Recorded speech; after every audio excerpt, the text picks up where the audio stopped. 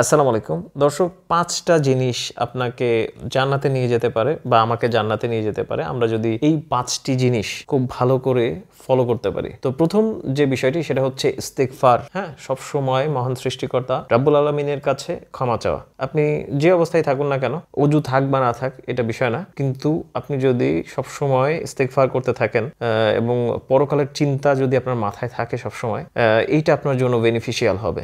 Second যে বিষয়টা সেটা হচ্ছে যখন আজান হয় তখন আপনি আজানের উত্তর দিবেন। এইটা যদি আপনি নিয়মিত করতে পারেন এই আমলটা, তাহলে সেটা আপনার জন্য বেনিফিশিয়াল হবে। থার্ড যে বিষয়টা সেটা হচ্ছে যে আল্লাহু লা ইলাহা ইল্লাহু আল হাইয়ুল কাইয়ুম, এই যে দোয়াটা এইটা আপনি পড়ার চেষ্টা করবেন, বিশেষ করে যখন ফরজ সালাত আদায় করবেন, যখন নামাজ পড়বেন, তারপরে আপনি এটা পাঠ করুন নিয়মিত।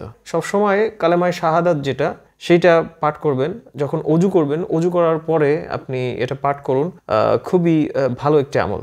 একদম শেষের যে বিষয়টি সেটা হচ্ছে নামাজ মিস না দেয়া। আপনি যখনই সাক্ষ্য দিচ্ছেন যে আশহাদু আল্লা ইলাহা ইল্লাল্লাহ ওয়া আশহাদু আন্না মুহাম্মাদুর রাসূলুল্লাহ, আমি সাক্ষ্য দিচ্ছি আল্লাহ ছাড়া কোনো ইলাহ নাই এবং মুহাম্মদ সাল্লাল্লাহু আলাইহি ওয়াসাল্লাম আল্লাহর প্রেরিত রাসূল। তো এটা যখনই সাক্ষ্য দিচ্ছেন তখন আপনাকে সালাত আদায় করতে হবে। এইটার যে দাবি, এই দাবি পূরণটা হচ্ছে সালাত। আপনি যখনই আল্লাহকে মানছেন তখন এইটার দাবি পূরণ করতে গেলে আপনাকে সালাত আদায় করতে হবে। সবাই ভালো থাকবেন। আসসালামু আলাইকুম।